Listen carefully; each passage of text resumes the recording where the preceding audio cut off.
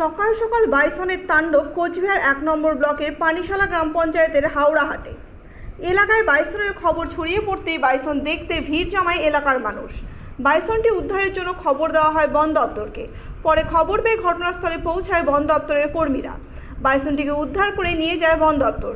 কোচবিহার 2 রেঞ্জের range officer দিবস ছেত্রী জানান, এই বাইসনটি গতকাল টাপুরহাট এলাকায় একটি ভুট্টা খেতে দেখা যায়, কিন্তু সেখানে ভুট্টা ক্ষেতের এরিয়া বড় হওয়ায় বাইসনটিকে ঠিকমতো ট্র্যাক করা যায়নি, যার ফলে বাইসনটি এই এলাকায় চলে আসে।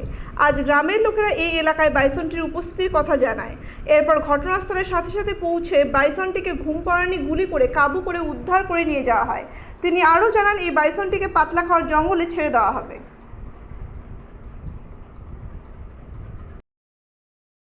দেখা টাইম দিয়ে দেখ বাদে পাতার গাড়ি আছে পাতার পরে এখন গাড়ি আবার রাখলে হবে ফোন না করে তো গাড়ি এই যে কিছু না বেলা দেখি মাথা নষ্ট এই দেখ কেমন করে উঠে রে মাথা নষ্ট দেখি হ্যাঁ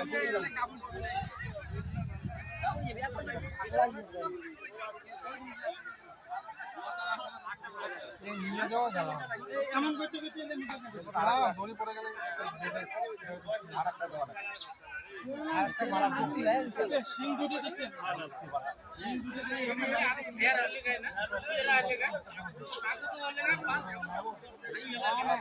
মারা তো দিতে হবে মারলে তো করতে হবে